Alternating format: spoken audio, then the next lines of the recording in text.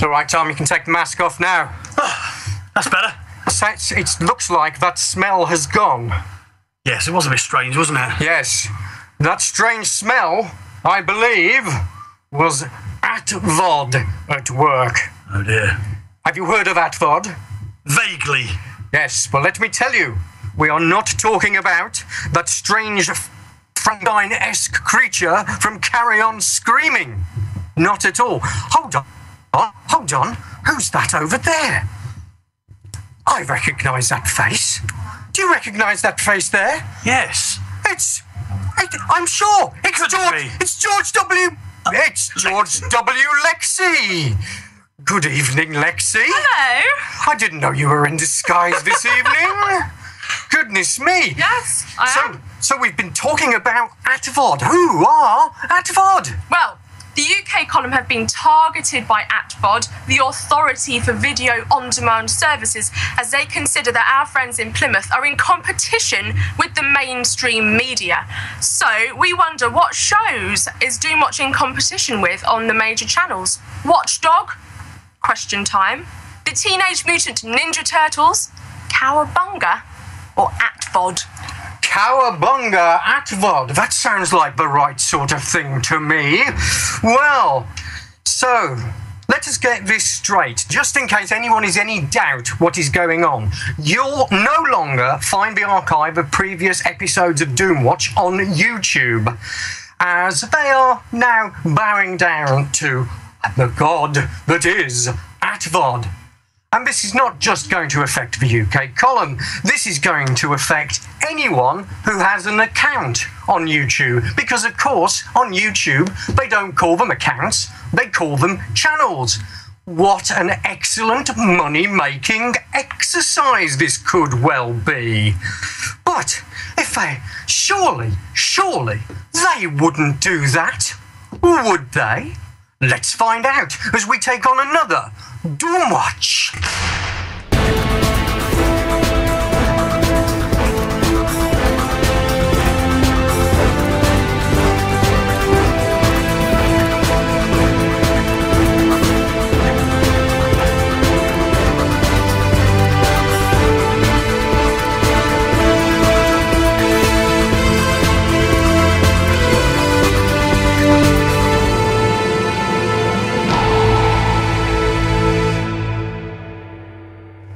Hello, good evening, and welcome. No, that's not David Frost, and it's certainly not Ian R. Crane.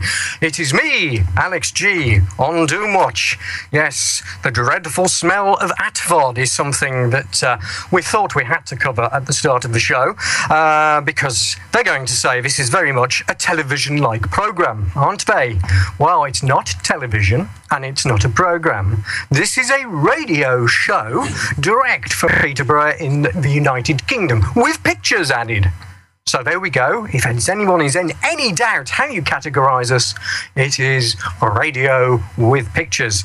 And our guest this evening, I'm just checking if Uncle Tom is getting the microphones in the right place, and a pair of headphones is being thrust into his hand as we speak. See, this is the thing. Doing things live and direct like this, we have to do all this fiddle-faddle in the background. So joining us this evening is Dr. Graham Downing. Good evening, Graham. And thank you very much for joining us live and direct here. It's only our second time that we have had a guest in the studio.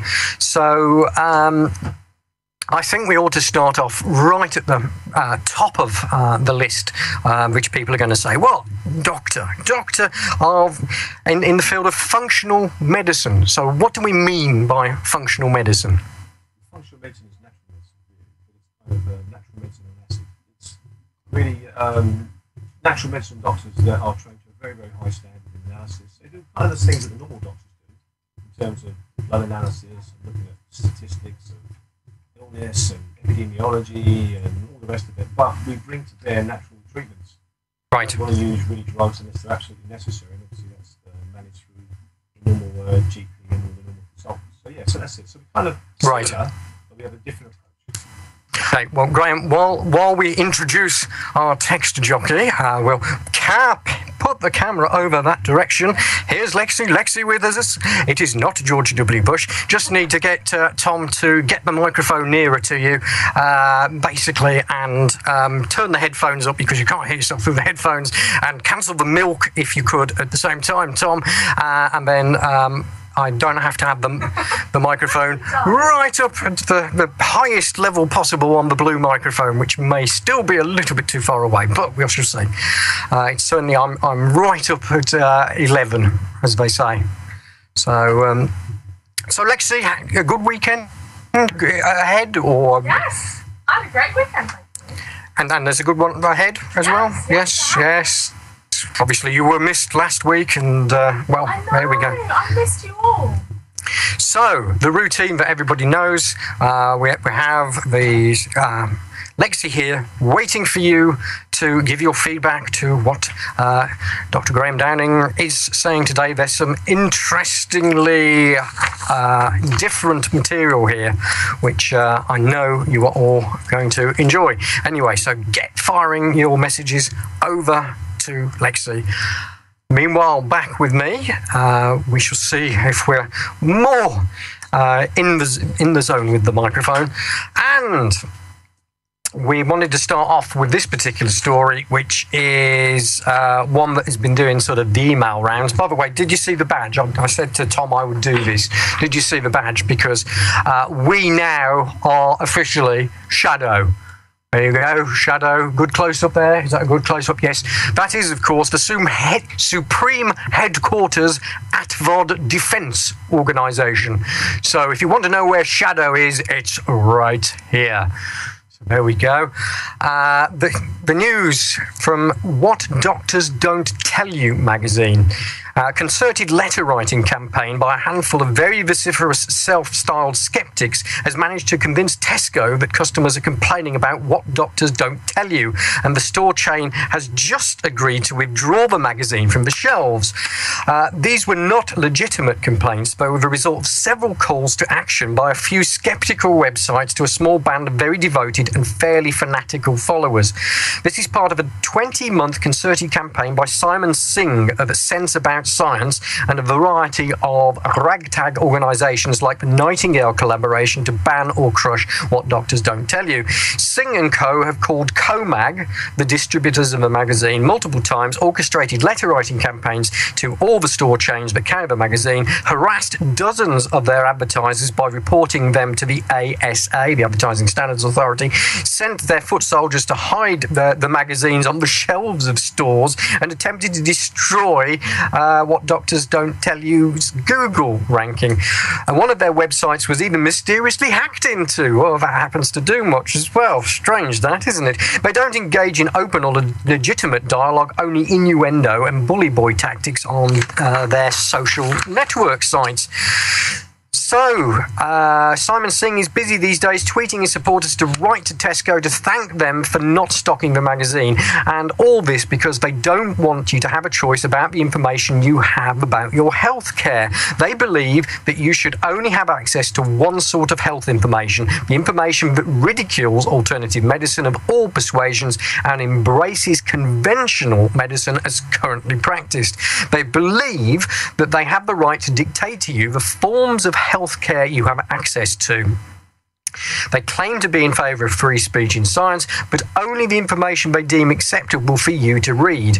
The skeptics have a loyal following, but there are tens of thousands more who support what doctors don't tell you and their work. Tesco will reconsider if they hear from customers who want to buy what doctors don't tell you in their stores.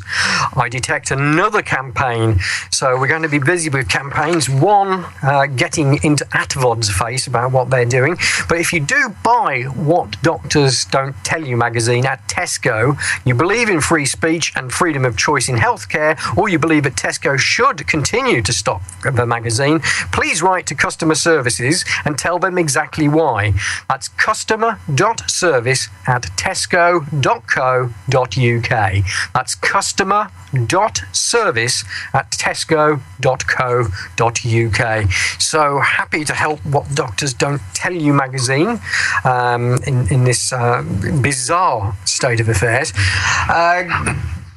Graham, in terms of What Doctors Don't Tell You magazine, what's going on here, does any of this surprise you? No. I mean, they're just rolling out their plan, aren't they? And, you know, there's a hand behind all this, and you guys are kind of more expert at that side of it than me. You know, we've been warning patients for a long time.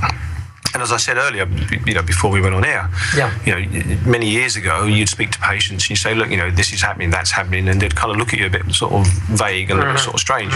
Now they're coming in and they're saying, well, yeah, I heard that from someone else, and we have a receptionist, and we were talking about something like this, and she turned around and said, well, my dad said that. And so I think people are starting to get the message that maybe there's dots that are joining up here, and you know, with something called Codex Elementaris, which I'm sure your listeners and viewers, UK Column and all the rest of it, I think they'll know a lot about that. So these things are just, you know, and you've got these different puppets who get up, and Mr. Singh is obviously one of those. He's probably well-intentioned, but I mean, there are studies on this. You've only got to look in the British Medical Journal and things like this, and they effectively say that most of the literature that comes out from the pharmaceutical industry is pretty biased and pretty much not worth the drop. So, you know, you can there's a double standard here. You know, there's no level playing field. On the one hand, they're removing information that's actually quite important. It's nice to have balanced information, and it is reasonably balanced. And on the other hand, they're allowing the promotion of fraudulent research. I mean, that's not my opinion. That's the opinion of what they're pretty much saying themselves. So, you know, it's going to be a crazy state of affairs for people not within the profession to be able to actually get their head around. I mean, in terms of people who know what's going on, is your average GP now up to speed with what's going on, or are they still subservient to the agenda as previously established? I mean, it's really, I know many GPs and consultants, and I teach quite a few of them actually. So, and what you find is that really the vast majority just do their job. And I was speaking to a GP the other day, and she actually said, you know, I'm sick to death of giving these injections and vaccinations and all the rest of it. But she said whoever they are, they want their numbers. And that's her job. And what can she do? She can't just stop, because that's how she earns a living. And interesting enough, I've had many debate and many discussion. I'm not someone who goes out the way to try and pick a fight or an argument, but obviously if I'm put in the corner, I'll speak my mind.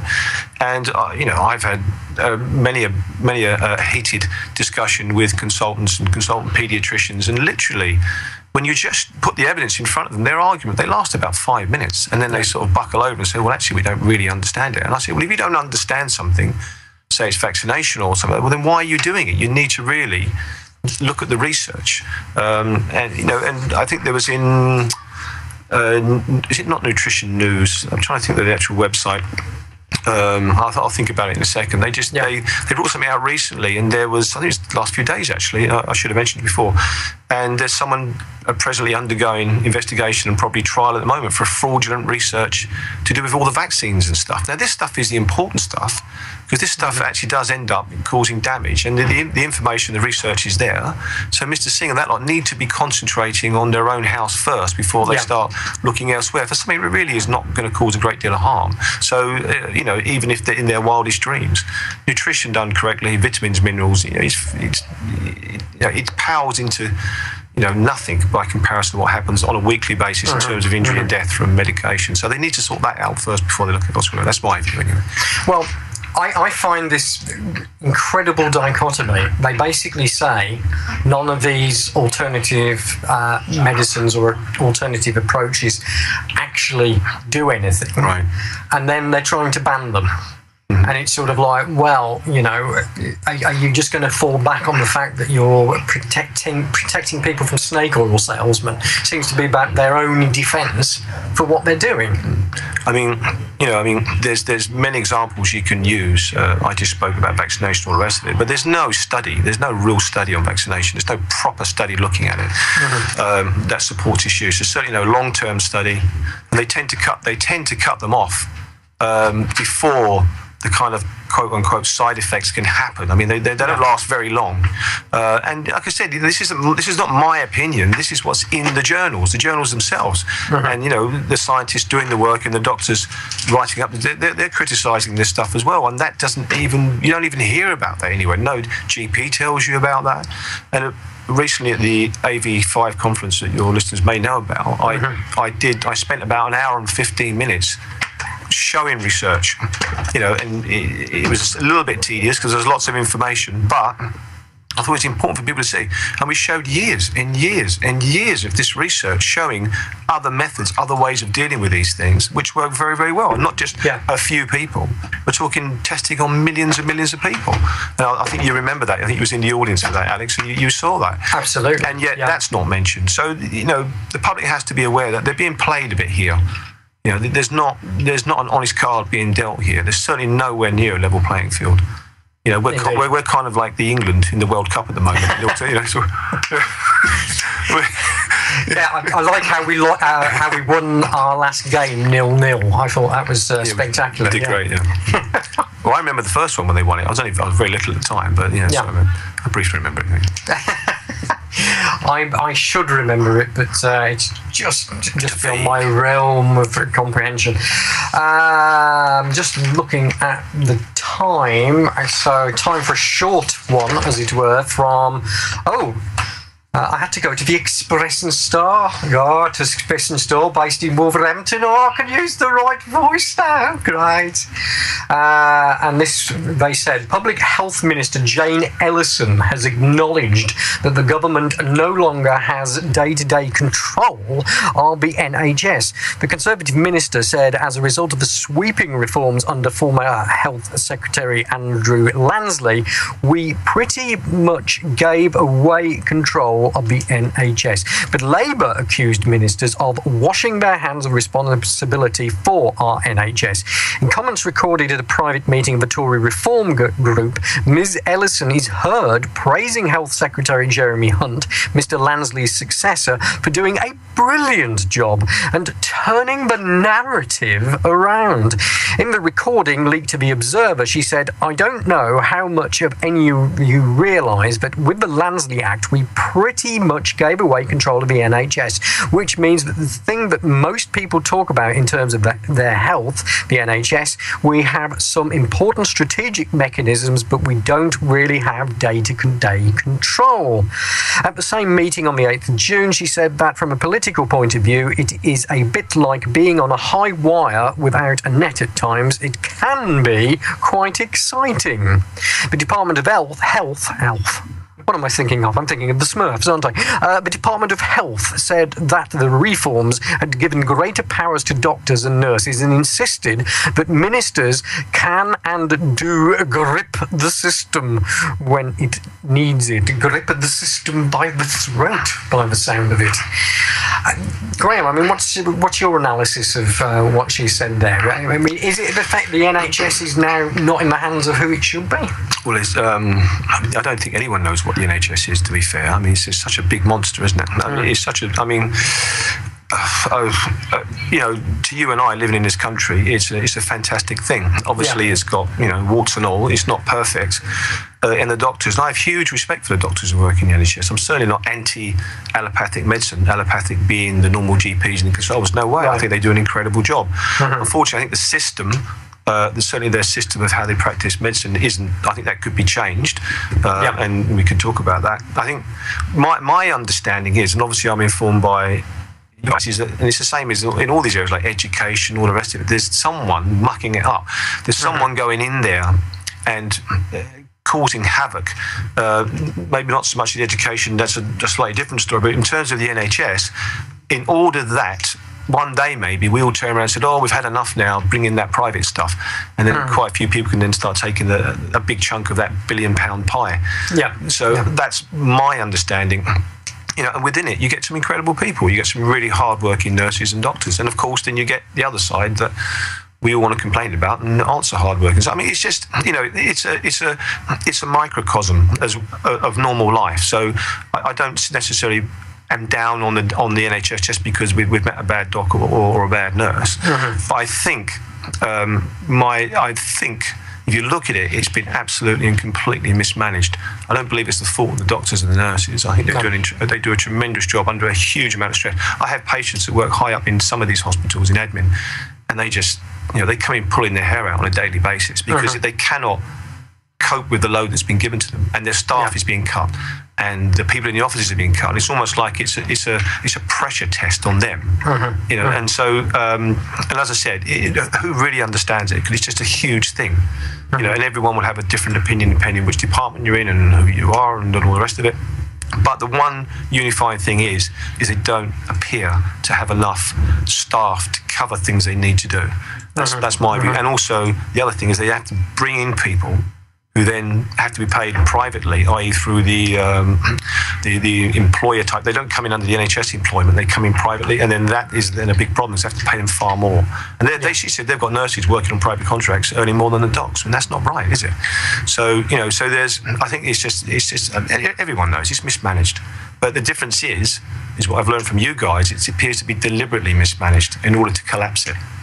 That may well be something we can discuss a bit further. Absolutely. And certainly at AV5, this book came up. You mentioned this book, The Drugs Don't Work. And this is subtitled A Global Threat by Professor Dame Sally C. Davis. Now you might say, Professor Dame Sally C. Davis, should I know that name? Well, let's put it this way, you really, really should, and we will explain why after this break. If you want to text us or email us, here are the details. Use your mobile phone to keep in touch with Peterborough FM. Why not text us on 60777? That's 60777. Begin your message with 337PC. That's 337PC. PC for Peterborough Community. A space, then your comment. Standard network text charges apply. Alternatively, send us an email via studio@peterborough.fm. That's studio@peterborough.fm. One station, many communities. And we're waiting to hear from you. Serving up the beats and making it hot. Friday, 10 o'clock a.m. Playing the music you love. On your computer. On your smartphone. Get ready for the bounce. The best DJ around. Tom Hughley. Observation, official dumb media, worldwide analysis, technology, corruption, health. This is the definition of Doomwatch. And it is already 23 minutes after 6 p.m. Where does the time go with this show? I have absolutely no idea. Hiding under desks, it would appear, is probably one of the little diversions. And speaking of little diversions, but not that little actually, goodness me, no, here is Lexi. I don't know if that's a compliment. Of course it's a compliment, yes. Hello everybody. Yes, I've got some comments here, and Go Banks kicks us off and says, end the Fed, chemtrails, Monsanto and Agenda 21. We won't need a health service to sell us fluoride-based pills.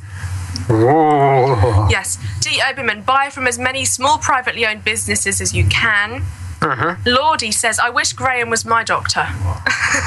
Oh, I'm sure we can come to some arrangement on that, yes. And they think you did a very good presentation at AV5. Oh, very kind. Thank you very much. That's very kind. Go Banks says, eat your way fit. Yes. We shall certainly talk about that as well. Yep. Ken50 says, if I have a cold, I have a couple of tots of rum. How did the bottle of vodka go, darling? Because you remember last time? He said he was going to take the bottle of vodka when there was that meltdown. That's it. Yeah. Because he's Scottish and he doesn't need anything else. Apart from whiskey, if you're Scottish. We were talking about this before. Vodka from Scotland. No. Fine single malt. And I should say, Tom got me fine single malt for the other week. And I actually got round to trying it last night. And it is the most smooth, most peaty. It is like, anybody who knows their whiskey, it's like Highland Park to the nth degree. It's just magnifique. But there we go. I'm cutting back, honestly, really. Anyway. D. Oberman says, I'm scared of seeing my doctor. I go there with one complaint and I come out with 3 things wrong with me. Buy one, get two free. Yes, you're getting a good deal, darling. Paul R. There's no such thing as side effects. They are just the effects of medication, good and bad. Int Bell says doctors are trained in illness and disease rather than health and wellness. Ooh, we'll get the view on that in a moment. Paul R. The two most dangerous places one can be in is a war or hospital. And Trish, the story of the vaccine researcher being charged is on the site Healthy Holistic Living. Ah, there you go. Well, so straight away, I mean, we've all heard of this thing, Mrs. A, or I'm sorry, MRSA, and that's somebody else's joke. I do apologise for it, but I don't think anyone ever watched the show that I nicked it from, so that's fine. Hospitals being as dangerous as anywhere else in terms of just seeming to be this breeding ground for disease. I mean, anyone who's in healthcare who has half a brain cell switched on avoids hospitals literally like the plague. This is you can see interviews with leading consultants and all the rest of it. Mainly coming out of the States, are a little bit more vocal than over here. We tend to be a little bit more reserved, and there's no question of it. Yeah. You don't. I have medical colleagues who will divert their loved ones away from that and try and keep them at home and all the rest of it. And because if you go in there as an old person, in particular with your immune system's not that great, you end up with pneumonia, or you end up with some horrible bug that they're going to struggle to try and get rid of. And MRSA is probably one of the least ones of those things now. We've eclipsed that, and there's even worse things coming out. And the fact is that what people need to get their head around is that these bugs breed fast. Yeah, and what's really interesting is what these bugs never used to cross species. They would never talk to each other. They would kind of look after themselves and make sure they were safe and could grow, and then they would select for their strongest one each time they were killed off by a bug, and then come back and grow again. But what they're doing now is they're talking to each other, and they're now some other bug that wasn't necessarily related to them, they're now passing the resistance genes onto them, and they do it via things called plasmids and other sort of clever stuff. And so we're at war. Literally, they've declared war on us. They've said they've had enough of us, and now they're fighting back. And they can turn over in 20 minutes a whole new generation with new information. And what they can also do is what people may not realise is they can predict. They're very clever.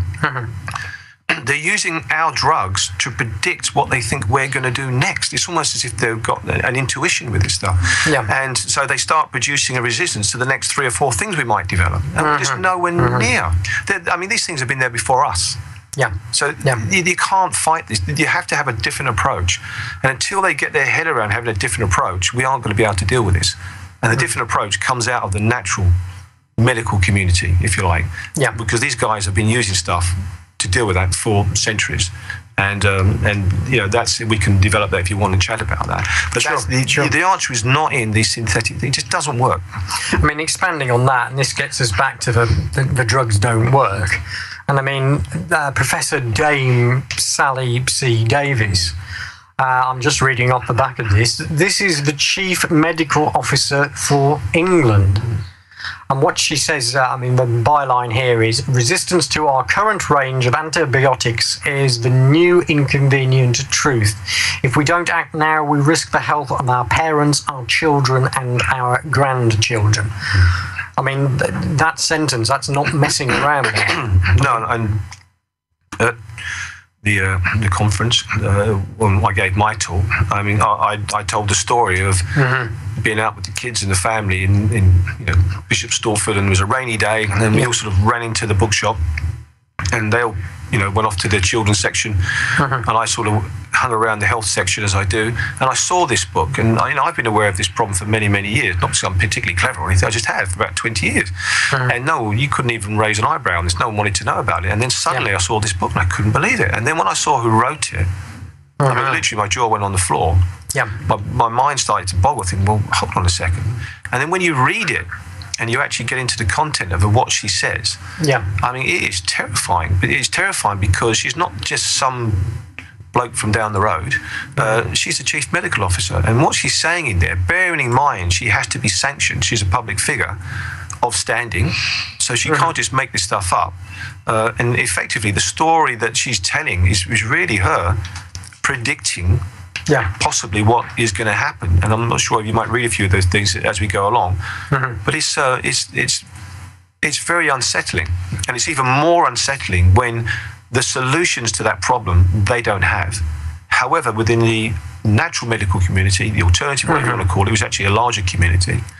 There are some strong solutions, but meanwhile they're eradicating them and pulling the rug from under their feet because they're regulating them to death, to the point where they can't even prescribe or work with a vitamin C, for God's sake. And so therefore you have to wonder, why is this happening? Why, if there's this horrible, dangerous thing coming out, and I tell you here and now, it's not 40 years away, it's not 20 years away, we don't even think it's 10 years away. People who I respect are telling us it's 7 years away that you're 7 years. That you're going to go to your GP with an infection. He's going to say, I don't have anything to do, I can't treat it. And that is terrifying. Now, I don't understand why they're not getting off their backside and really starting to move on this. And I think it's going to take public opinion maybe to change a few things. Because I speak to GPs, and half of them still haven't got a clue. I've got GPs and dentists as patients, and I say to them, and they go, oh, well, and they're just on a completely different planet.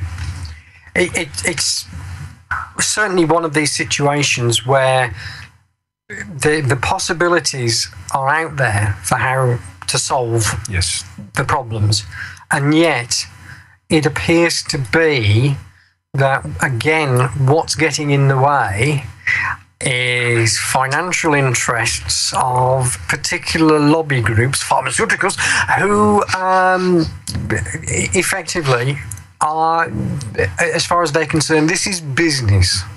This is business. This is what it's about. This is, we've got to look after our shareholders, not necessarily got to look after the end user. And I mean, that is the underlying message that whenever you see people who could really influence the agenda, who are coming out with. And I mean, certainly, we've mentioned the NHS there, and one of the problems with the NHS is lack of funding. And then you just consider how much of that money is going in pills and potions to the pharmaceutical industries. I mean, it's huge. I mean, the money in pharmaceuticals is huge anyway. Development of drugs is a lot of money. I mean, many years ago, when I was sitting in a lecture at King's College, and it was they were talking about drug development, and I studied pharmacology as part of my degree, or one of my degrees. And then it was $1 billion to get a drug from an idea to market, and so. So there's huge money involved here. And then it was quoted to me that on a daily basis in America, and like I said, they're a bit more forthcoming with their figures than they are over here, the lobbyists go in with like $5 million in their pocket, and turn around to one of the congressmen or whoever it is there and says, oh, you've got a project going on, I've got some money in my pocket. Oh, by the way, we've got XYZ that needs looking at. And there are many books on this. People, whistleblowers, people have come out of that industry. But I mean, imagine if you're a politician and you want to build a road or this or whatever the hell, I don't know how it works, and someone's just got $5 million to put into your pet project. I mean, you're going to look pretty positively on what's going to be put in front of you. And the whole area of research and drug research, I mean, it's pretty well known now, as I alluded to before, that most of it coming out, and they know themselves, is incredibly biased and not really reliable. And you're not even getting scientists write the abstracts anymore. They're all kind of summary. They're written by kind of professional writers. So, I mean, medicine really, what's got to happen is medical physicians have got to get their independence back. They've got to get up and get some self-respect back. Because at the moment, they're just, I know, they tell me themselves, they're run by protocols, by NICE, the big organisation. Clinical excellence, they reckon, yes. Okay. Which really is just, I've been told, it's really just a commissioning body. It just tries to find the cheapest thing here and there. And many doctors I know who've been there before all this stuff came in, they've retired to get out of the way. They've had enough because they can't practice as they want to practice. We may have differences of opinion on stuff, but in terms of how they practice. But in general, the average doc is not bad if he's allowed to work and within the right context and give him the right information, the right science. They're not stupid be these guys, you know. Yeah. But unfortunately, they're not. They're corralled within that big pharmaceutical circus and ring, and they're not allowed out of it. It's as simple as that. It's all right. If you see any flashing on the screen, I think it's thunder and lightning. Very, very frightening. What are you doing? What are you doing? Oh, I see.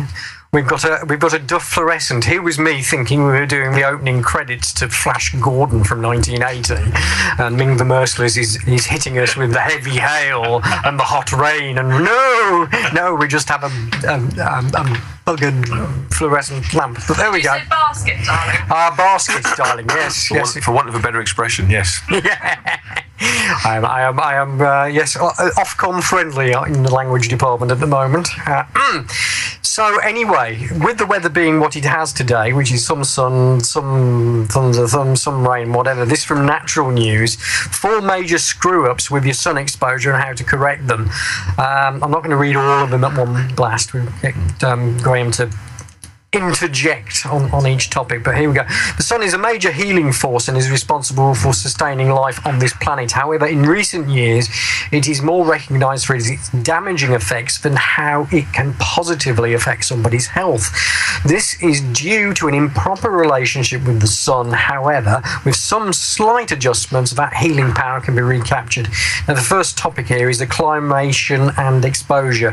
There's a tendency to overdo it when exposing the body to the sun's rays, and the reason is often a skin-damaging sunburn. When acclimating to the sun, start in the spring and create a protective tan with phased-in exposure. Melanin, the tanned skin pigment that is produced in the spring, prevents sunburn in the summer.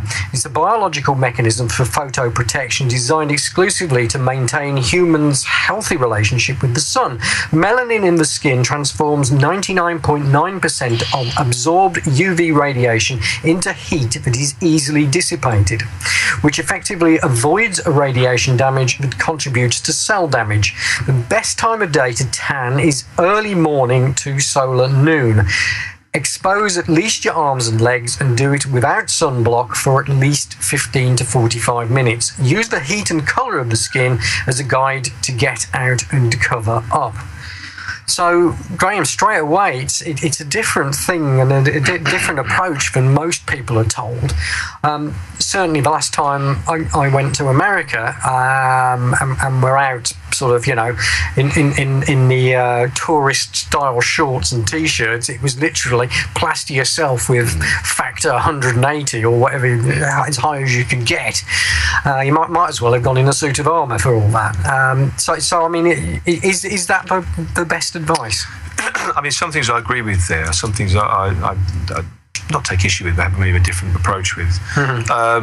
There is no doubt, in my opinion, and studies were done on this. Certainly one study was done on this, and it was done for some kind of council to do with protection and health and all the rest of it. And the researcher delivered the wrong result. He delivered the results saying, actually, you do need to go out into the sun and not to slap yourself over all this stuff, at least for 15 to 20 minutes a day. Now, the issue is, you could be in blazing sunshine and you won't be getting any vitamin D because it depends where you are, which equator you're on, what angle you are to the sun, and all the rest of it. The actual best time to do it, if you do it in the morning and late, there's no vitamin D in it, it's filtered out.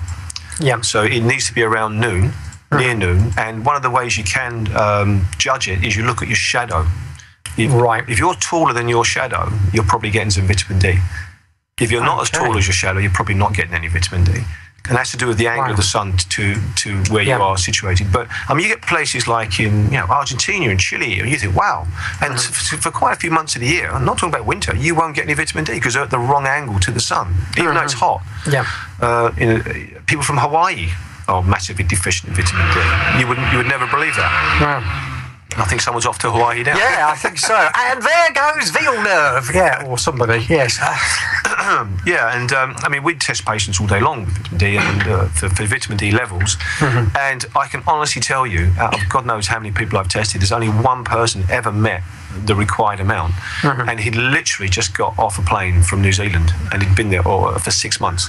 And that's it. Everybody else, I mean, and the amount you need is actually in terms of supplementation is far exceeds what you think and what has been told to you, as with all these things. But you need vitamin D. It's a natural. You have to have it. I mean, without that, you're not going to absorb calcium properly, and there's a whole load of other stuff that comes off that was quite complex biochemistry. But you do need it, and it's actually not a vitamin. I don't even know that. It's a hormone. Oh, right. Yeah, it's been labelled or misnamed, as it were. And bugs use it. They switch off little receptors in the body so that we can't get good access to it, and when they want to infect us. So we use it in all sorts of things. But we certainly use it in protocols at quite high amounts therapeutically to deal with infection as well. Which I think I'm going to be doing lots of in 7 years' time. Oh boy, I just looked at the clock. It is now 19 minutes to 7 p.m. That means time for another station break. And we'll be back to talk more about the sun and you. Hopefully we haven't seen the last of the summer in the UK, or elsewise it's going to make this particular issue a little redundant at this point. But misuse of sunscreen. That's what we'll be talking about next. Here's how to contact us by email and by text. Use your mobile phone to keep in touch with Peterborough FM. Why not text us on 60777? That's 60777. Begin your message with 337PC. That's 337PC. PC for Peterborough Community. A space, then your comment. Standard network text charges apply. Alternatively, send us an email via studio@peterborough.fm. That's studio@peterborough.fm. One station, many communities. And we're waiting to hear from you. How did you stop taking drugs? I found a group of people who had been where I had been, who understood where I was coming from, and I'd never found any people who'd understood me before. Because they'd actually used drugs themselves and had got clean themselves. They weren't giving me theories, they were actually telling me solid facts of what worked for them. How much is your drug use costing you? Call Narcotics Anonymous on 0300 999 1212 or find us at ukna.org. Reporting today for a future tomorrow. The watchdog you can trust. This is Doomwatch. And it is about 17 minutes to 7 p.m. Central Peterborough, United Kingdom. Alex G here with you. Your appointment with Theo every Friday between 6 and 8 p.m. So, what have we been saying on the texts? Well, Uncle Tom will revolve the camera to Lexi and we shall find out. Wasn't ready. First of all, Trish says, I had MRSA coming out of hospital 3 years ago. I healed it up in days with colloidal silver. Oh, yes, colloidal silver. Yeah, we'll talk about that. Paul R. will face an antibiotic demise soon, so people had better learn about herbal antibiotics. Yes, there are such things. Lordy says, GM germs, ? Oh, gosh, where are we going with that one? Yeah. Intbell, the bottom line is you can't make a profit out of healthy people. No, that is true. That is true. D. Oberman, they're talking about ATVOD and what it can stand for. Actually testing various obedience drugs. Yes, oh, yes. And Intbell, alternative television and video only, denied.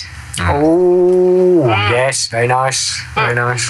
Ken, it must be time to take my first medication of the night. Beer, wine, rum, not vodka, Lex, but I will drink it for you, Okay. He's not Scottish, I got it wrong. He's marvellous. He mentions no brand name, so no one's ever going to send him anything. So.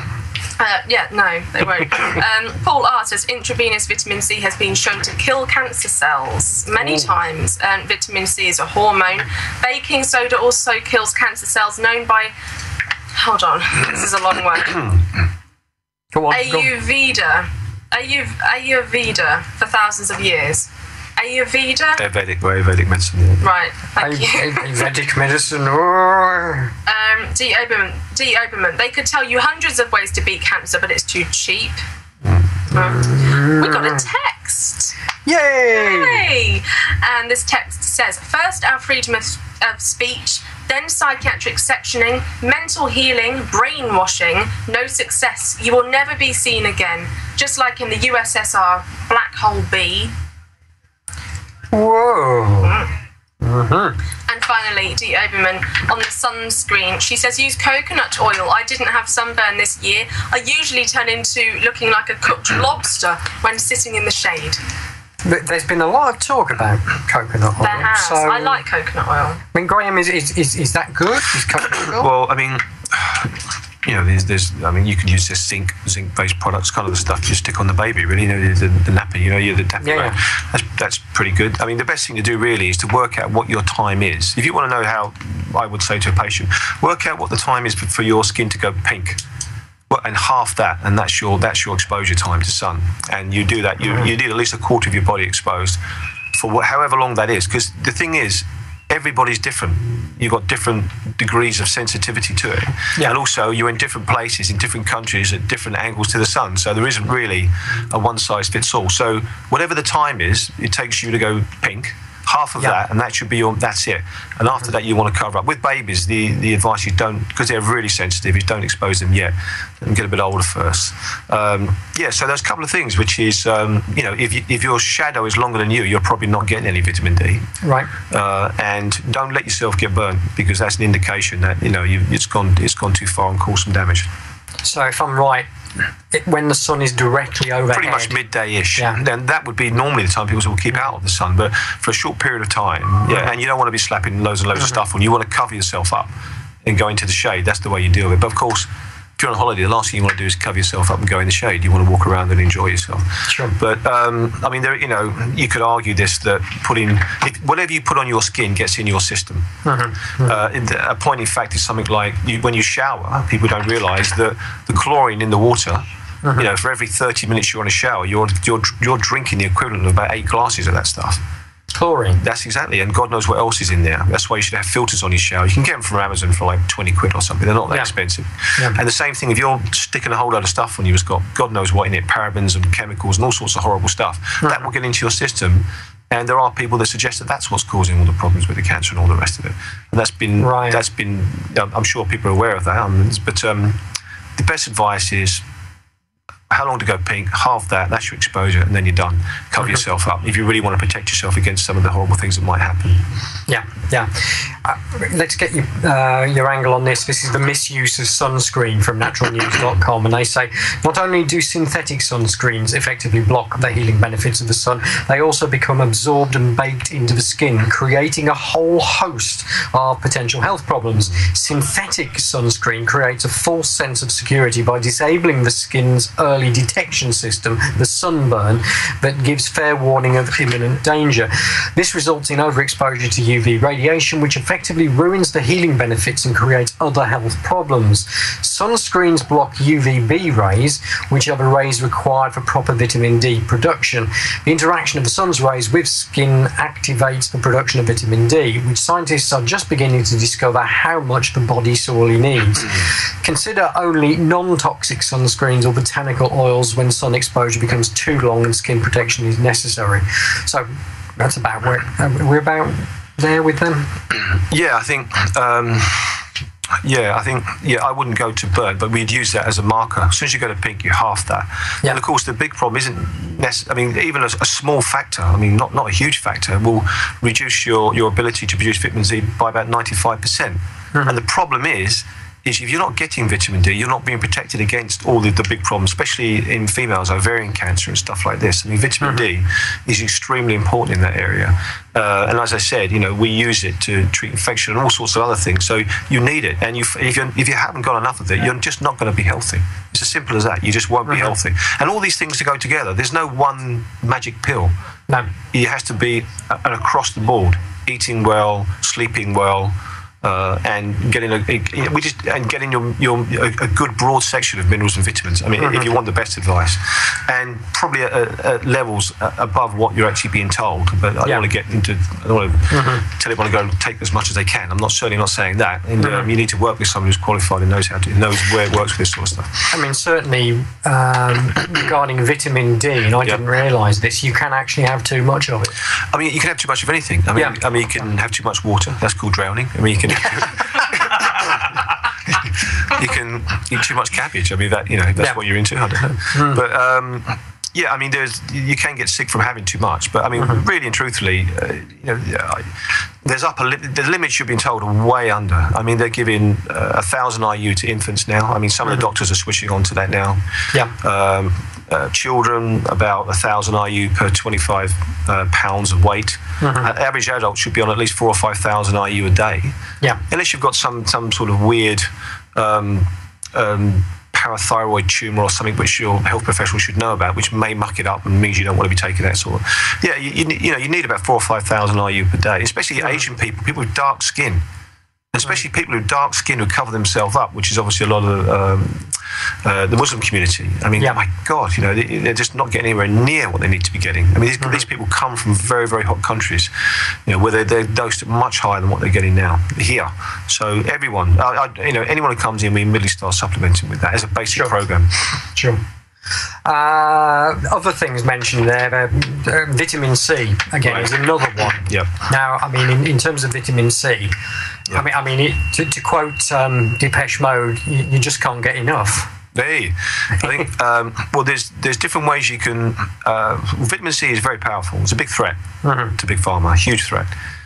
If you allowed the standard NHS doctor and GP doctor to be trained properly in its use, I mean, you could pretty much kick a significant percentage of drugs out of the hospitals overnight. I mean, to the point where some doctors think as soon as you come in with something they're suspicious of, they don't know what it is, they should put you on a drip of it.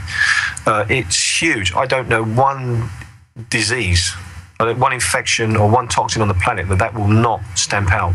Right. I mean, you could be bitten by the most lethal snake, and if you stick enough of that stuff in you, it will kill it dead. I've used it against so many things. I mean, even recently in the last week or two, we've dealt with horrible viral infections on the chest of kids with extremely high respiratory rates. Respiratory rates you would normally hospitalise a child over, and literally within an hour to 3 hours of putting this stuff in at therapeutic doses, bang, respiratory rate returns to normal, child feels a lot happy and sleeps through the night. We've dealt with things like whooping cough and all sorts of weird stuff that really medicine doesn't have an answer for.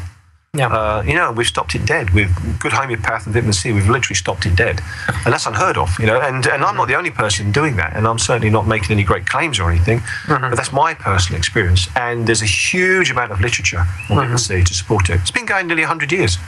I remember when we were doing On the Edge, I had a pair of dentists who were sort of frowned upon by the mainstream, but they were using intravenous vitamin C when extracting mercury fillings as a detox. Absolutely. As they were doing it, and it was sort of like, whoa, is it that easy? I mean, are there different types of vitamin C, and if so, what's good, what's bad? Well, the problem at the moment is with all things, you're trying to get supply. Really and truthfully, you're not going to get hold of a non-GMO vitamin C at the moment. I think you'd be very lucky to. I mean, most of it's made in China. It's a derivative. They make it from various things. If you are, then let me know, because I'd like to know it. A lot of them claim it's not, but when you start speaking to the suppliers sort of behind closed doors, they sort of say, well, it's getting very difficult to get it. I think it's quite expensive, and lots of investment has to go in to make up vitamin C. So for someone to come and do an organic version of it, it would require a lot of startup capital, and I don't think they've got that. I mean, pretty much any vitamin C, it's called ascorbic acid, will do the job. Some people need it to have it buffered, which means there's something else put with it to stop it upsetting your tummy. It's the easiest thing to do. It's the easiest thing to use. And the problem I think is going to be is when infection starts striking in about 7 to 10 years or whatever, and we're all looking around, I think it's going to run out, because you want to get yourself lots of pots of it and know how to use it. And on the website, which we put up for the AV5 thing, we haven't actually done anything on that yet. Literally just capturing people's emails. We'll put something up on there showing you a quick way to use it, and that was drugthebug.com. Yes, drugthebug.com. So basically sign up for that, and when the information becomes available, then you'll be getting that shipped to your email inbox. It's a very sensible idea. Again, colloidal silver keeps coming up. I was going to say on vitamin C, it's a little and often, because it leaves your system very quickly. I mean, there's different what we call half-life. If anyone's ever done any kind of science, half-life is the time it takes for half of it to be gone out of the system. Yeah. If you're using therapeutic doses, half-life's about 30 minutes. So within a couple of hours, you've got hardly any left. Right. So you will dose it reasonably frequently. If someone's ill, maybe every 15 minutes, every half an hour, depending. And when you do that, you saturate the body with this stuff. And bugs just cannot live in it. Bacteria, viruses, toxins, they cannot live in this environment. And they go away, and people miraculously get well. And it's a wonderful thing. It's a very encouraging thing when you see it. It's so simple to do. And there's a few types of people that you can't do it with, and they've got horrible things called G6, glucose 6-phosphate dehydrogenase deficiency problem. You can't really use it with that. And people who've got iron storage disorders, too much iron, you probably don't want to use it for that unless it really is life-threatening and you've got nothing else. And then you have to carefully watch and manage the patient. But pretty much everybody. And there's other areas it goes into with cancer as well. If you want to discuss that, I've no problem. We can talk about that as well. Absolutely, definitely one per hour too. I'm just noticed we've got about 3 minutes or so before we have to take the break. Colloidal silver mentioned from our shout box there. Very much seen as something which frowned upon by the mainstream, but is very much talked about in the alternative community. Well, prior to, all this stuff came out of what was traditionally used. In America, prior to antibiotics, thousands and thousands of prescriptions were given for colloidal silver. Used correctly, it's extremely powerful. All these things, and really all the docs now are going to have to be trained in how to use this stuff again. Because if they're not, they're going to look a bit silly when people start coming with infections and they haven't got anything. And it's very easy. You can actually make it yourself. There's quite advanced versions of this stuff that clinicians use, functional medicine doctors use, which comes out of the States. And I'm getting something in my ear hole. That's quite interesting. Yeah, it's all right. Suddenly my wife has appeared unexpectedly. So I'm expecting Michael Aspel with the big red book at any moment. I was looking forward to that, Start, that's right. You thought you were coming here just for a radio show, but no. Anyway, yes, a couple of minutes left, so we'll just cover another. Certainly there's talk of GM germs now, and people are saying, well, if they've modified the crops, they can modify the diseases then. So, is this going to contribute to what's going to happen in 7 years? Oh, absolutely. And the problem is, and it's a huge problem, is when I worked in the labs at King College, the Randall Institute, which is an incredibly well-respected institute, under the directorship then of one of the people that discovered DNA.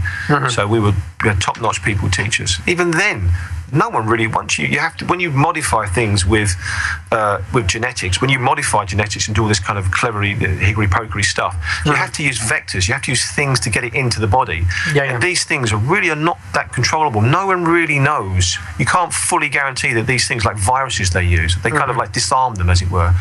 You can't fully know that these things aren't going to switch themselves on again and cause lots of problems.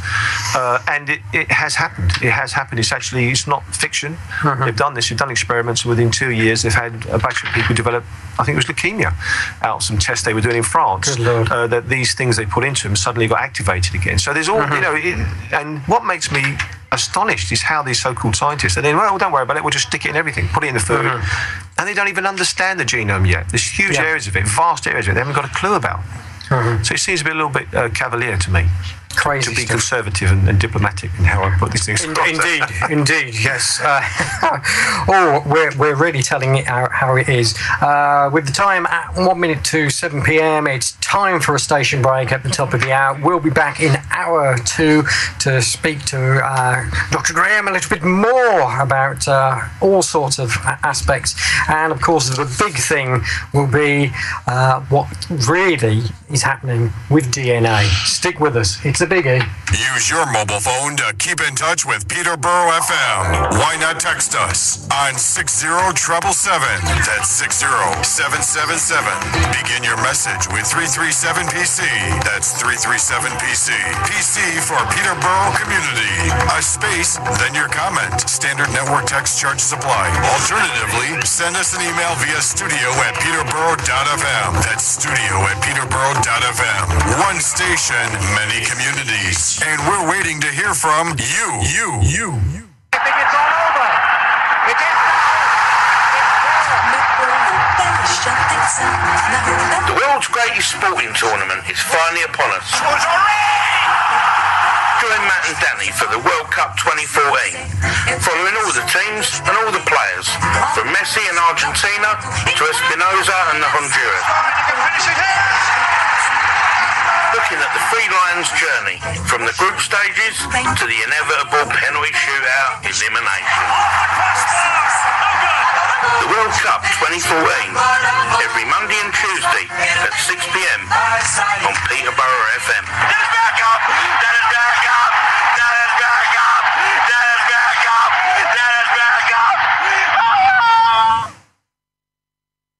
On your phone, in your home, in your car, and even on your laptop.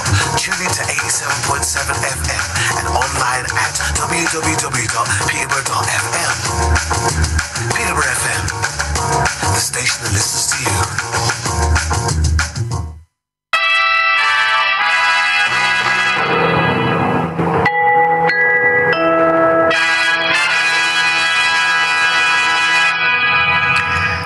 You're listening and potentially viewing peterborough.fm and ukcolumn.org/live. Welcome to hour 2 of tonight's edition of Doomwatch.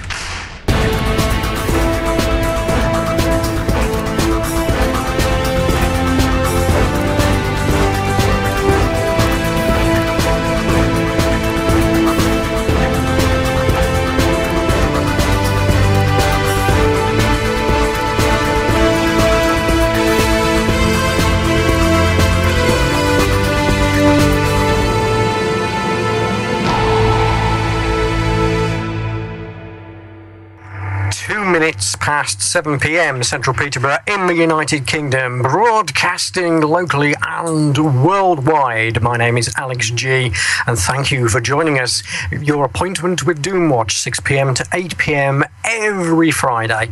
And what was I going to say? Oh, yes. I didn't do this last week, I don't think. Tom says I did, I can't remember. But we had a huge download again, a double number of people downloading hour 2 as to those who had downloaded hour 1. And so I will make the announcement again. If you are listening to the podcast on peterborough.fm and you go, hour 2, but I haven't heard hour 1 yet, you have to scroll down one more because we have the most recent podcast at the top. So you need to go down another one in the list.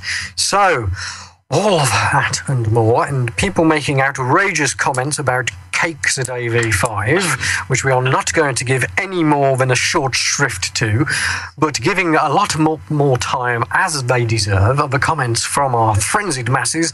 And here is Lexi to tell you more. All of these people deserve lots of time with their comments. Indeed, apart from people talking about cakes, but there we go.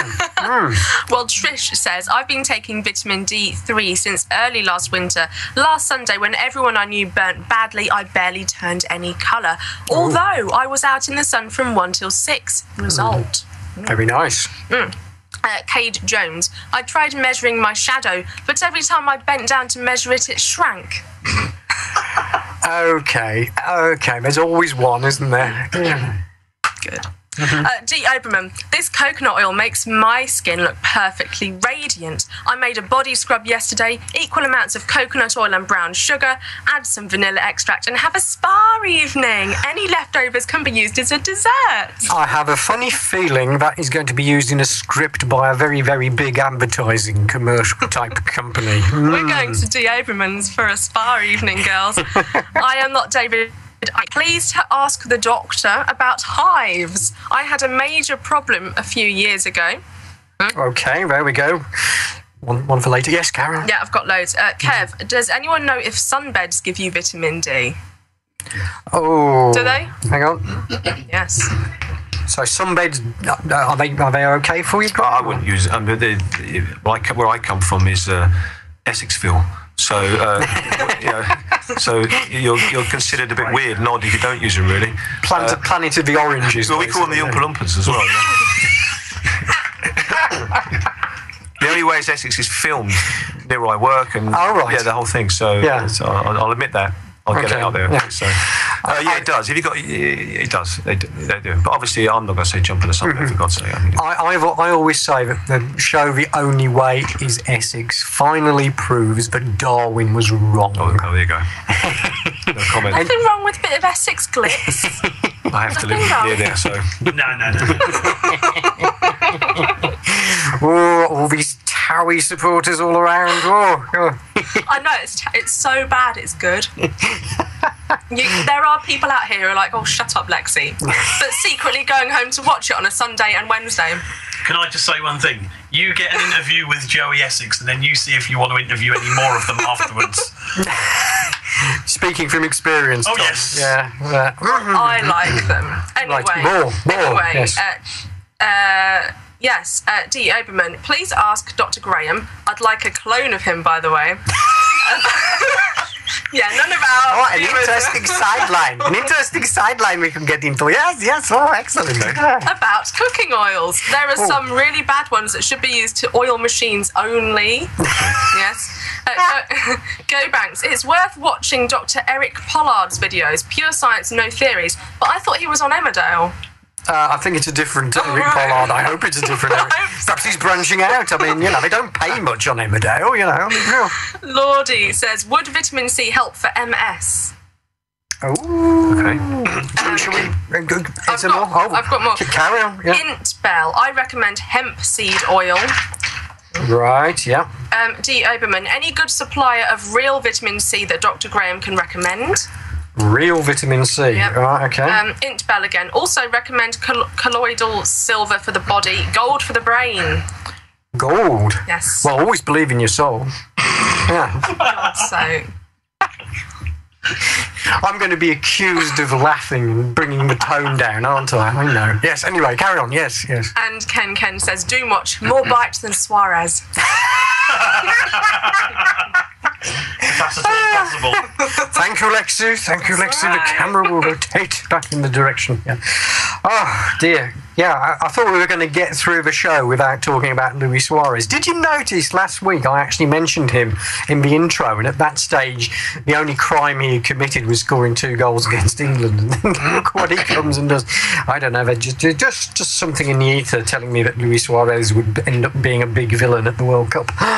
There we go. Anyway, so, Graham, let's start with the hives thing. What's the treatment for hives? What should people be looking at? Well, the thing is, it's a bit difficult, really, being over here and not seeing the patient, not seeing what is it really that? What is it? What came before that? I mean,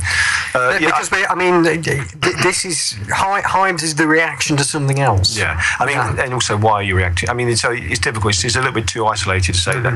I kind of need to know a little bit more about that. But I mean. Most of these things, they go away quite quickly. As long as there's a logical reason for it, I think we'd get involved in sort of asking questions if there wasn't a logical reason for it. Yeah. If suddenly you're just getting it a lot and no one can pinpoint what it is, and then obviously we'd get involved with that. It's a little bit difficult to answer that without any more information. So I'll take a pass on that one because I don't want to give the wrong advice. No, absolutely. And again, this is the thing. The medicine is specific.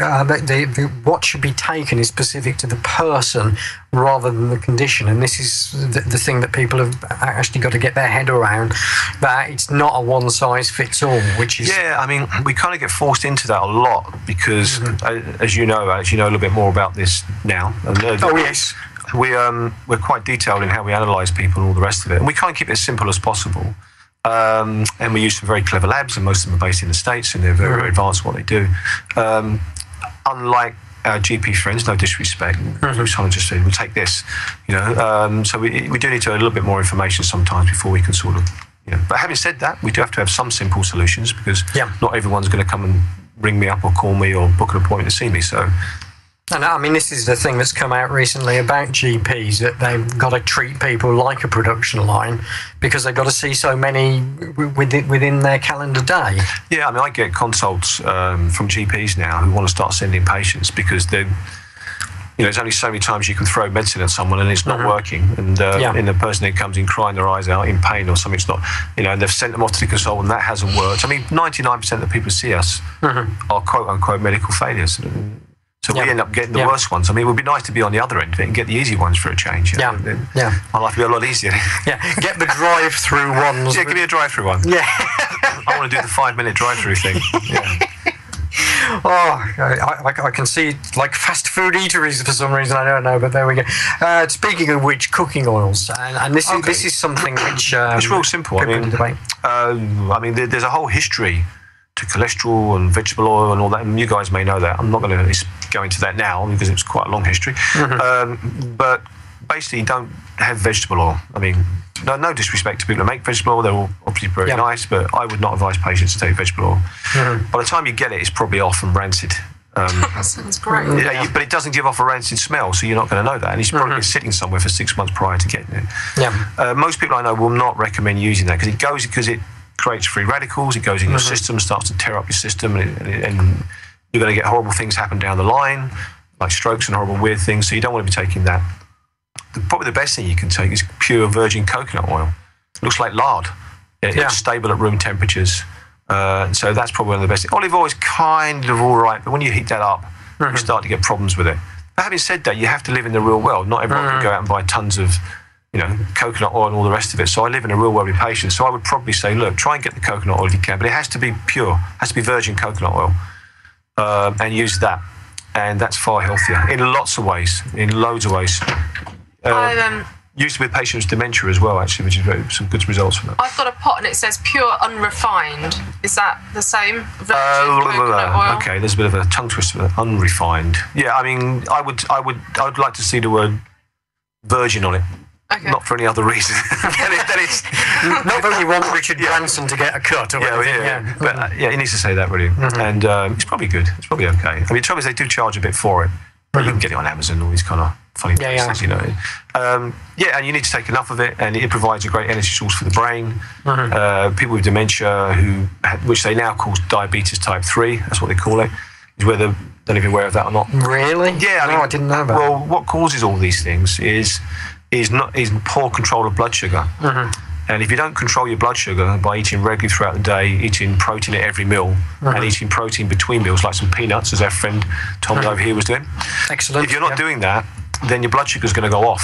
And if it goes off, you'll get insulin spikes, which causes problems in the body, and it also causes damage to the brain.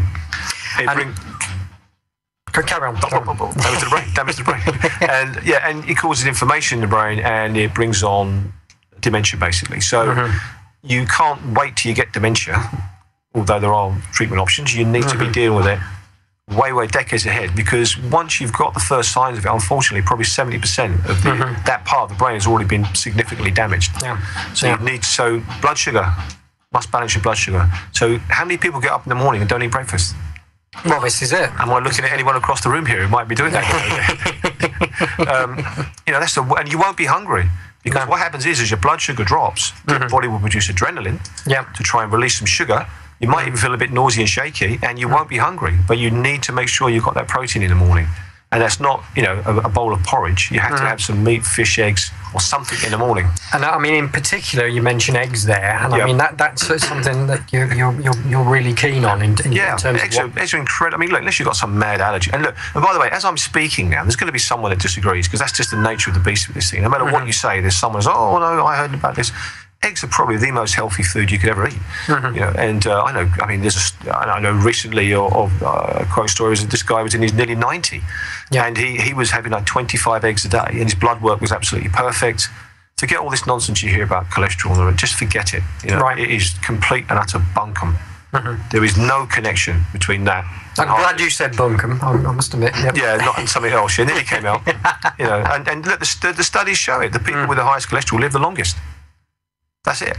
Which is going to stun a lot of people when you say the highest cholesterol live the longest. And if you've got 100 people over here, another 100 people over there, all with the same cholesterol level, and you gave this lot all the statins, that lot not, the ones with the statins, more people would drop down dead or get cancer. So here we have a push for more people to have statins, and this is just going to be counterproductive then. Yeah, I mean, the reality is, look, you can look at the data. I mean, cancer goes up, stroke goes up, all these horrible things go up, and you can almost parallel the introduction of statins, with a little bit of lag, to dementia, because your brain is 60 to 70% fat, it's cholesterol. Can I interject? Sorry, Lily Cat Baby has said, could he expand on the dementia, please? Okay, well... Yeah, sure. Okay, so, I mean, what also there's some frightening statistics on this. I mean, also we're seeing it more in younger patients. You're getting in 30-year-olds now. Yeah. I mean, it's just outrageous. I mean, the worst thing that was ever done was to put people on statins. And don't get me wrong, there are some people with something like familial hypercholesterolemia, which may require medication. Yeah. But the levels they're doing these things at now are just, they seem to arbitrarily pluck them out of the air. And most guys I know in the field that I work, they regard statins as a red flag drug to get people off as soon as possible. Wow. I've had patients. You'll get patient die on it. I mean, they can kill you dead. I mean, there's papers on it. Statin-induced cardiomyopathy. They're actually writing papers on it. It's been around for donkey's years. And because what they do is, as people should know, I mean, this is not new news, I'm sure, is it robs the body of ubiquinol, or the famous CoQ10, which is involved in something called oxidative phosphorylation, which produces energy in your cells. So what you do is you strip the ability of your heart to get the energy it needs, and it starts to falter. So it introduces a cardiomyopathy, amongst all the other things. So I would, if there was a GP or medical person listening to this, I would urge them to look at the research and just take a long look at this and say to themselves, well, hold on a minute. I mean, I have patients who are in horrible pain. You take them off statins, bang, the pain's gone. It causes a lot of musculoskeletal pain. And on and on. And this is certainly not new. I'm sure people, if they Google on the web, they'll find this information. Yeah. There's a great DVD called Statin Nation. Yeah. I got that sent to my GP, who was demanding of my nurse as to why I was not on statins. Yeah. And I provided that DVD to them, and I've heard nothing since. Well, I mean, absolutely. And the very least, if you're not going to come off, the very least you need to be doing is taking CoQ10. Now, we can argue about what's the best one. You need to be in the range of about 150 mgs to 200, 250, maybe a bit higher a day. And so, if I were someone on them, which I'm not, never will be, thank God, you need to be, taking that as and that's obvious. There's literature on that. This isn't just come down from the stars. But once again, does it affect the GP on the ground? No, he's still plodding along, giving his statins out. Which sort of leads to one of the questions there about where can you get the real McCoy stuff? I mean, vitamin C was the example. Well, where do you get the real McCoy? Yeah, I mean, there are companies that clinicians like myself use. And there's always, nothing's perfect. No. But there's ones we know that we're getting what we want in there. Because if you go to the high street one, no disrespect to them, they're fantastic, they're giving stuff, but there might be fillers. We're not sure, are we getting exactly what we want? But there's trusted companies. And what I'll do is they need to go to that website, and what I'll do is I will put information on. On there. Just give the site again. Drugthebug.com. Drugthebug.com. Yeah, I mean, it's just a site with a silly little video on it. I kind of did it because I knew I was speaking at the conference. I thought, well, people may ask. I didn't realise the kind of avalanche I was going to get. I thought someone might be interested, and actually I thought it was going to be a road crash from my talk, because I was in between two very good speakers who were brilliant. And I thought, who's going to want to hear about vitamin C? And I was absolutely stunned. I mean, I was shocked. I couldn't move for people stopping me and asking me questions. So the response was way above what I expected it to happen. I think it's the case that so many people, once they start down the rabbit hole, something gets them going down the rabbit hole, and eventually they'll go down the side street, which is sort of the whole medicinal side of things, especially if they have a particular condition or they know someone who has a condition who's close to them, and straight away is seeing that, well, the drugs don't work, is the thing. Do you remember the story that I gave? I started to talk about what gets. I'm not somebody who just thinks, I'm going to do this. Things happen to me and I develop in that direction. Yeah. And we do things because we live in the real world and I have to deal with patients. I can't just make it up in theory. These things have to work. And I told the story. Do you want to tell the story again? Yeah, please. Yeah, I got a call. It was on a Sunday, and it was about 11:30 in the evening, and it was unusual people call at that time. And I picked up the phone, and it was I heard the voice, and I knew who it was. It was my best friend's dad. And he didn't say, hi, how are you, blah, blah, blah. It was a bit odd him calling anyway. He turned around and said, Mike, who's best friend's name, he said, Mike's dying. I said, well, I was a bit stunned. I said, well, what do you mean Mike's dying? I thought, you're having a laugh, you're whining about it. He said, no. Anyway, cut a long story short, this 6'4", strapping East End guy, very, very fit, had been literally dying on the floor for 2 weeks in Indonesia. And the hospital had not been able to help him, the medics. And as I said, I don't understand why, because they're very good at what they're doing over there. No different from here, really. They've got good hospitals. Cut a long story short, this guy was running a temperature like you couldn't believe, but he was feeling cold and all the rest of delirious. And I had about 30 minutes to try and come up with something with someone halfway across the world, and I then gave the talk at the AV5 and said, "What do you think I do?" And everyone put their hand up and said, "Did you say give him vitamin C?" And what I did was I didn't look for a medical doctor. I looked for a medical doctor that worked in a spa. Because I know they give these things as kind of like a beauty, life-enhancing kind of treatment. Because I can't say it treats medical, disease and all the rest of it. And I found one, and I emailed him. I said, urgent, blah, blah, blah, explained. He got straight back to me. Anyway, cut a long story short, they carried my friend in. He's a big old lump. They carried him in. They put him on the table, and they put the drip in, and they put vitamin C with another thing called glutathione, which is very, very important for the body and fantastic for helping with infections and other stuff. And they put this in, and literally, and I kid you not, my friend said he went from being an old man dying, and he's not old, he's only a young guy, to within 45 minutes he walked off that table and went outside and had a full English breakfast. I mean, it kicked that disease into touch. And medical doctors in hospital watching patients probably dying. My God, if they could try and use this stuff, I mean, it would certainly turn their world around. And I'm of the opinion, and so as many other people, that many people do die unnecessarily. Not suggesting everyone, but that's when they could be helped with this. This stuff has pulled people out of comas. Which brings us to the subject of MS. I should just say it is 21 minutes after 7 p.m. We are going to skip this station break so that everybody knows what's going on. Next one, obviously, in about 20 minutes' time. Some people on Peterborough FM who listen to certain shows on this network won't find that unusual at all. We have certain shows who think it's perfectly fine to do a whole hour of music with no talk, not referencing what channel they're on or anything else. Oh, source of milk for Alex. Yes, this is what happens when you let untrained people get on the air. Or are they trained and can't be bothered? I don't know. Slapperisti, I'm playing politics in the middle of Doomwatch. What is going on? Oh dear, tipping people off. They're going to be scouring through the podcast now trying to find which show I'm talking about. Fantastic. I think Lexi's madly scribbling. Are you available for a conversation? I am indeed, darling. Oh, absolutely marvellous. So here we go. Here are some comments from the shout you're box. there. Oh, okay. So D. Oberman says Doomwatch is great. Oh, thank you. It delivers more than it promises. It's fun. The info is great, and it has an eye candy in the shape of Alex G and Tom Mutiny. And now I'm deaf. Thanks for that. I did lean back. I did lean back away from the microphone. We got a text. Ooh. What about the growing number of people who are diagnosed with vitamin D deficiency? Wouldn't it be connected to chemtrails by any chance? Ooh. Also, thousands now have blood pressure problems. Russell says...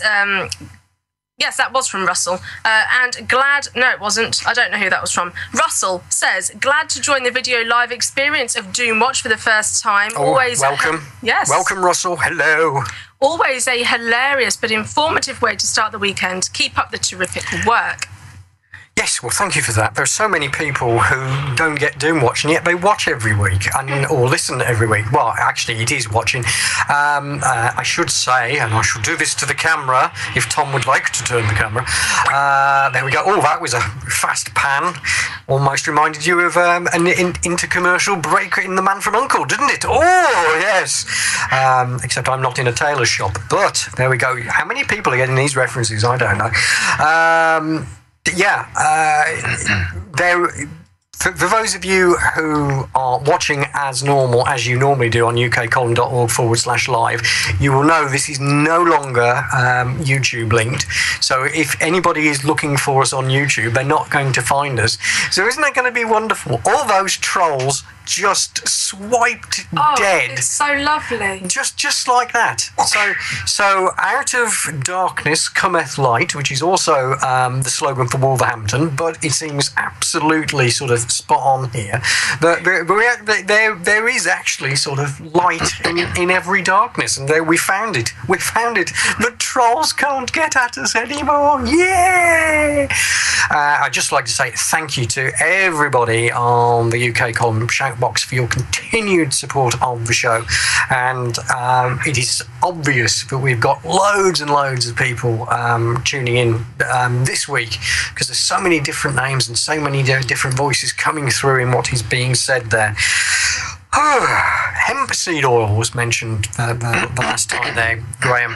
I mean, again, in the right circumstances, is that something that should be prescribed? Well, the thing is I mean, there's, you know, if this were, it sounds insane to say, but if this were a free country, I could espouse to the rooftops on this.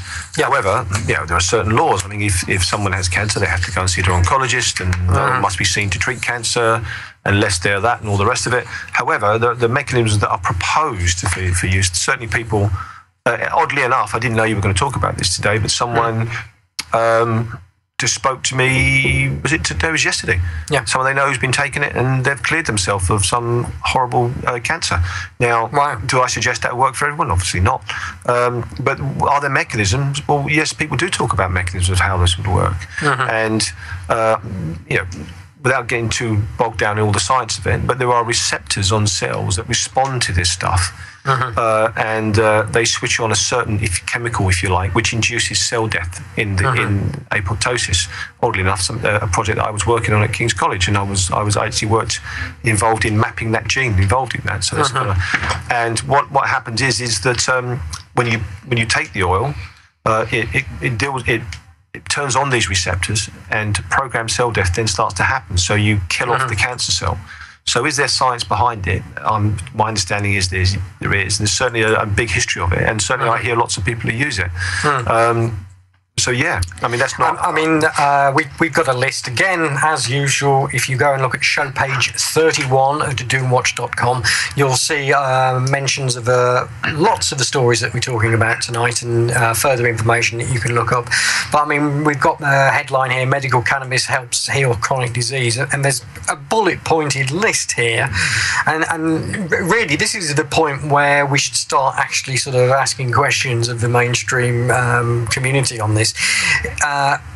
So we're talking cannabis. It can stop HIV from spreading throughout the body.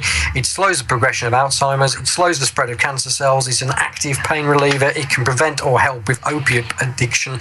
It combats depression, anxiety, and ADHD. It can treat epilepsy and Tourette's. It can help with other neurological damage, such as concussions and strokes. It can prevent blindness from glaucoma, and it's connected to lower insulin levels in diabetics.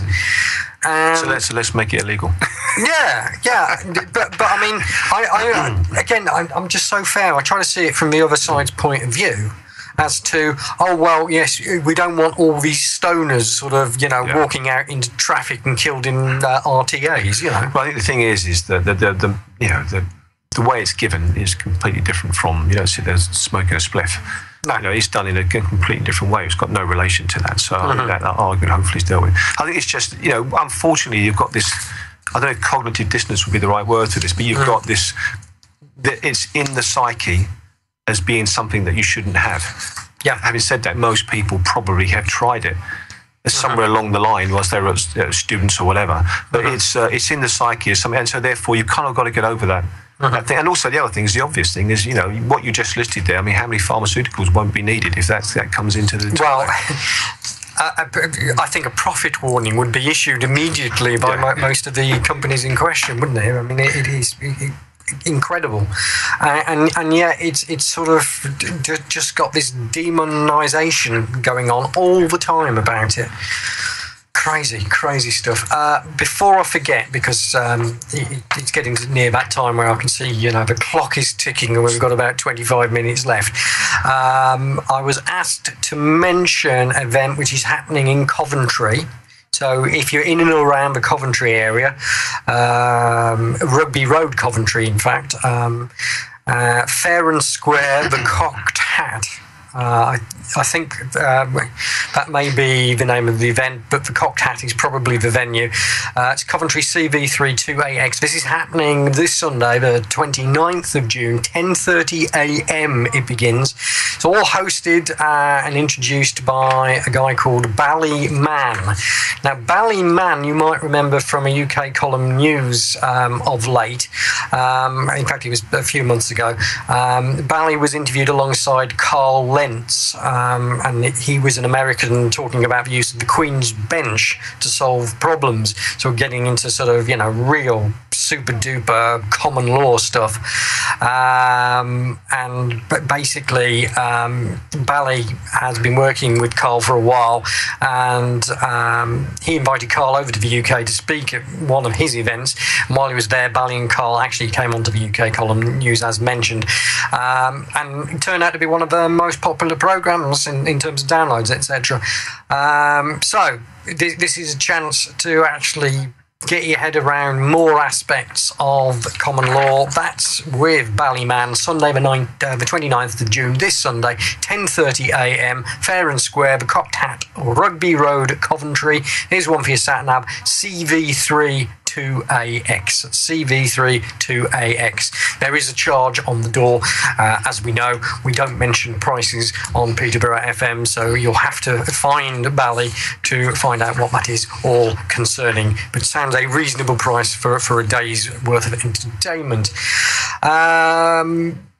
So, Graham, we said we were going to talk about the whole concept of DNA and where there is a manipulation going on, and people will immediately go, "Oh my lord, what do you mean our DNA can be manipulated?" So surely that's set at birth. But I mean, there's a lot of background behind this. I mean, if I read what we had on the Alternative View conference website, which we had, it's probably a good kick-off point. The Gnostic texts were discovered in Egypt in 1945. This pre-Christian text devotes over 25% of its content to the archons, considered the rulers of man. It is thought that these other dimensional beings exert control by influencing man's thoughts. Some authors believe they have created bloodlines by manipulating DNA to allow for easier possession and control of the human species. So that begged the question, therefore, how might DNA be involved in our control, and what effect does diet and nutrition play in that? Yeah, I mean, that's as you said, that's a deep. In the beginning, the Earth cooled and the dinosaurs came, sort of question. Yeah, that's deep down the rabbit hole. I was listening to. I think it might have been David Icke speaking, actually. It might be. He was talking about this subject. And I had, obviously I've got 2 feet. I've got one foot firmly in lots of science and all the rest of it. Then I have another open-minded foot, for one of them, confusing all my expressions, in the other camp, which is talks about that stuff. So I'm open to listen. And I wondered, and you look back in the literature, and these things are said to be able to create illusions, be able to control control individuals and all the rest of it. And I thought, well, how would those people present today if they were sitting there imagining and had all these illusions going on? They'd probably looked at as having some form of mental illness. And I thought, okay, well, is there kind of any link there?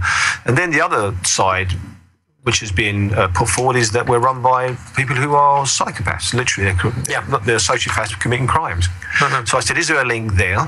And then I looked through and with the sort of wider field of what's going on with nutrition, what's going on with all the medicines and the rest of it, and there does appear to be a link. And I've not really spoken about this before, but it does involve something called methylation, which maybe quite a few people are starting to hear about or heard about. Yeah. And in its simplest form, DNA is wound up. It's wound up into sort of packages, if you like. And in order for it to express proteins and its coding, it has to kind of unwind. And then bits of it have to be copied, and then that has to go on via various intermediaries and be turned into a protein, and that then causes something to happen. And it happens a lot, all the time. And what you find is, with certainly in the 40s, this research was done about the same time when all the knowledge about the archons was found in Egypt. About the same time, actually, I think. And people were starting to look at how you can affect mental illness through nutrition, through methylation. Right. And they didn't call it methylation, they didn't quite know what it was. They were giving certain vitamins and minerals at therapeutic dose. And they published the literature. They were curing things like schizophrenia and all sorts of things which you think, my God, how can we cure that? So you had a link to someone who had some kind of expression of mental illness being treated by that. And that was through, what it is the DNA, which was tightly bound and therefore not expressing proteins that they needed through nutrition was unwound enough to express the proteins they needed, and therefore they could, behave in a normal fashion. And then, of course, you've got sociopaths and psychopaths. Well, they did research with these guys as well, and they did the same thing. And they could actually do blood tests on these people, and they were looking at histamine levels, which we now relate to what we call low methylation, hypermethylation. So anyway, cut a long story short, and they were then treating these people, and they were behaving normally, and their violence went down, their crimes went down. It was difficult with them because you couldn't keep them on the program. So you had this kind of connection through this process of manipulating the tightness or how tight it is and wound or not, and it's done through food. And I found that, I thought, well, hold on a minute. Then if you were an extra-dimensional creature and you were trying to exert some control, then maybe that manifests through that. And therefore, by treating this in this particular way, you've kind of disconnected, you kind of tuned them out, because the DNA literally changes conformation. And at some point, maybe we will give a reasonably big in-depth talk on this. There's a huge amount of research on this, and it looks, to me, it's very interesting. But keeping it down just with 2 feet firmly on the ground, it's important. Why? Because it involves something called epigenetics. You're kind of hardwired, but if you have hardwired babies coming into different environments over hundreds and thousands of years, they may not be prepared for the environment. So there has to be a fine-tuning done, and it's done through epigenetics. And it's where you get these methylation points on DNA change the way DNA is so it can respond to your environment through food and all the rest of it. And unfortunately, when you start bringing GMO into the picture and Roundup, I did remember the right word. Yeah, I was going to say. You start to see the lunacy of this uncontrolled madness in terms of trying to put fish genes in plant. I mean, for God's sake, human genes into. I mean, the two things that are never meant to meet, and having no real knowledge of what's going to happen and how that's going to affect all of this system. And of course. For me, as someone who's been a scientist and someone who's a physician, that is extremely worrying, and it should be for the lay person as well. It should be extremely worrying. But through good food, good nutrition, you can affect how your DNA expresses itself.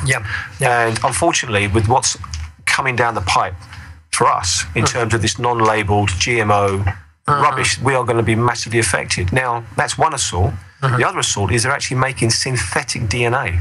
And I explained to you before, they've actually done it in a lab. This is Frankenstein on acid. And they've actually they've had to create enzymes to work with this. Normal enzymes don't work. But the very worrying thing about this is this, if you put this into the wild, it will deselect against our DNA. It's far stronger. And the scientists... So, I mean, this is like the invasive species that are coming to the UK. I'm trying to think about... There's I think there's a...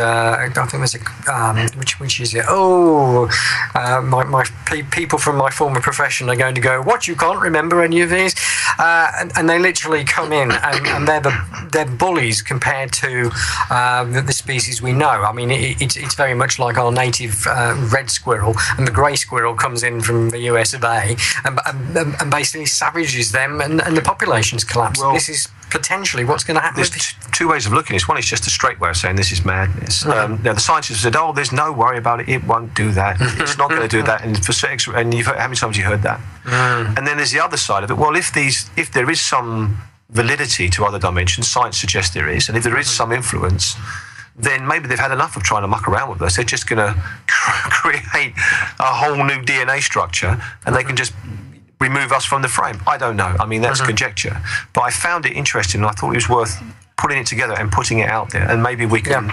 I spoke recently to Ian Crane, and maybe if he does another talk in London or somewhere, we might catch me, or if you guys do something, we might hook up and maybe put this on and put this together as a proper talk. A Doomwatch event. Oh, Doomwatch going live and direct in your back garden or something like that.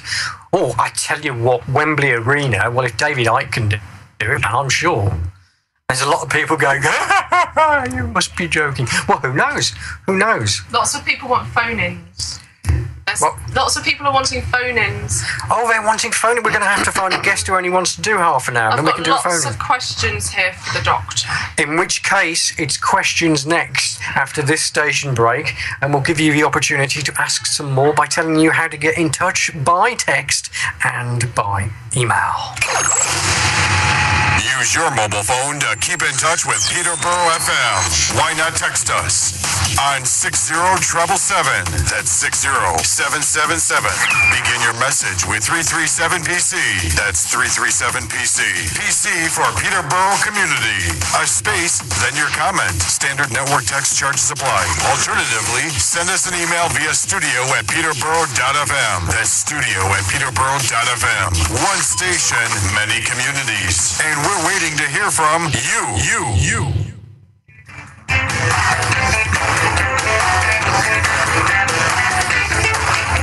Dot Mason Show, every Thursday, 7 till 9. www.peterborough.fm. Great bands, great guests, great music. The alternative, the alternative.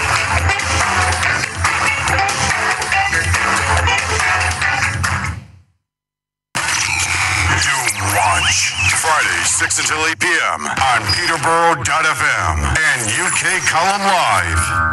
And it is, oh my word, 19 minutes to 8. So that means that our polish off time at 5 to 8 when we play you an obscure piece of music to finish up the hour. Well, it is obscure. It's Atletico Spiz 80. That's what we're playing up to the hour with a song called 5-Year Mission, which I hadn't heard until this thing was re-released because I never got the original vinyl back in the 80s. Well worth listening because that is the sequel to Where's Captain Kirk and Spock's Missing. So those of you who know Spiz, whoa, check it out. Anyway, enough of advertising music. The Parliament show with Paul Smith follows us for all your reggae requirements. For all your question and answer requirements, here is Lexi. Hello. Yes, lots of questions. You're very, very busy. Lordy says, please, can you ask Dr. Graham about vitamin C and MS? Yeah, I think, before I just answer that, the other thing is what we talked about, people with mental illness. I'm not suggesting that all mentally ill people are possessed, by the way. We're not saying that at all. But that's obviously just a way in to try and discuss some of the information that we did. So anyway, okay, so just clear that up first. MS, well, no one really fully understands it, but the way we'd look at it is an autoimmune problem. So what you want to do is calm your immune system down, and one of the easiest ways to do that is to remove things that you're allergic to. So if you can find out, you can do it through blood tests, not the standard NHS test, that's really not going to give you a lot of information. There are functional tests you can do for that. I may leave some information with Alex if he wants, if people want to get in contact, and we can try and work something out. We'll get that on the show page. Show page 31, doomwatch.com. Yeah, so check it out on Monday. So the short answer to that is, I don't really like giving a short answer, but the short answer is to come off gluten, come off dairy, come off gluten. If you don't know what gluten is, go online and Google gluten. Come off those things. You need to ensure that any stealth infections are dealt with in the body. And these are things like mycoplasmas and stuff, which unfortunately end up in the vaccines, and they stick them in you, and you get these horrible infections, which cause lots of autoimmune problems, which generates huge amounts of money for the drug companies. So that's the short answer is sleep properly. You need to regulate your immune system. If you start going to bed late, past 10:30, 11 o'clock at night, your cortisol rises and it starts to cause all havoc with your normal cycle of your immune system. So you need to go to bed early, sleep. The old things, an hour before midnight is worth 2 after, and all these old sayings and all the rest of it. So sleep hygiene, we call it. Eat properly, try and eat a good organic clean diet, get gluten and dairy out. And that's as much as I can kind of say here. Vitamin C is great. If you're dosing yourself up to bowel tolerance, means if you're taking it, you get a loose stool, you're probably taking too much, so you just back off a bit. Spread it throughout the day, at least 3 or 4 doses across the day, and keep yourself roughly just below loose stool mode, and then that will also work in the body to try and deal with infection as well. So that's a pretty good way of doing it. Right, good advice there. Merit, please ask Dr. Graham, how do people wean themselves off of statins if they have been prescribed and they are scared? Okay, well, the thing is, it's any prescribed medicine, work through your GP. But the simple answer is you just stop statins. My understanding is you don't really have to wean off. There are some drugs you have to wean off. That's not one of them. However, the caveat to that is speak to your GP because he's prescribing to you. So go the right route and discuss it with him. Russell from London has texted in. Please, can you ask the doctor a remedy or cure for an itchy scalp, which I have suffered with for years? I've tried different diets, but nothing alleviates. Please help. There can be various things for this. The simple answer is it's an essential fatty acid deficiency. However, it may be more than that. And like I said, I'm not great on giving simple answers, but if I'm put in a situation, that's the thing I would say. So there are, if you go onto that site I told you about, we will put up products that are good for certain things. We won't say they cure disease because you can't do that, but will certainly be something on there which will deal with that. So like omega-3 type stuff, yeah. But getting the right one, that should help. Okay, Rick Doran, what is the best way to combat brain fog and lack of motivation? Well, it depends what's causing it. Adrenal fatigue will cause it. Thyroid problem will cause it. Lack of oxygen to the brain will cause it, which a lot of people say anemia will cause it. Allergies will cause it. What we usually do with the patient is we'll run some basic tests and we'll get to the grips of what's going on with these things. Exercise. A lot of people walk around with not enough oxygen to the brain, and the frontal lobe doesn't work as well as it should, and you start to feel depressed and down. Best thing is you must exercise, and the kind of exercise that's good for that is high intensity exercise. Right. It's burst exercise, get that heart rate up, then rest, and then burst, then rest. However, if you've got any heart condition or you're ill, make sure you speak to your health professional, because I'm not there to help you. But that's the best stuff, to get the oxygen up to the brain, and obviously then be investigated for any other problems. The main thing is, with all this, is balanced blood sugar. You have 3 meals a day, you have protein at every meal, and in between, you have a protein snack in between, some peanuts or whatever it is, right. And that keeps your blood sugar. You do that, you solve a lot of stuff. Very simple. Right, I think that answers Dee Oberman's question. She said, I eat 3 meals, I eat meals 3 times a day, of portions being twice the size of my first meal, and in between I snack on fruit or graze whilst cooking. Is the portion size right? Okay, well, okay, that's a slightly difficult one without knowing someone's size and all the rest of it. Just eat. Don't go crazy. If you're eating, 10 plates worth of food, obviously that's wrong. You don't really have to double it or triple it or compare to the first one. Just eat most people are brought up eating the basic portion size. The question was snacking, grazing between. Do not graze on fruit. Okay, protein only. Okay, even if you eat fruit, it will cause a spike in your blood sugar. Also, if it's fructose is not as great for you as everyone makes out. And if you're diabetic, you keep off fruit. My advice to you is don't have fruit, okay? Because it has to be processed through the liver and There's a whole lot of science we could give about that.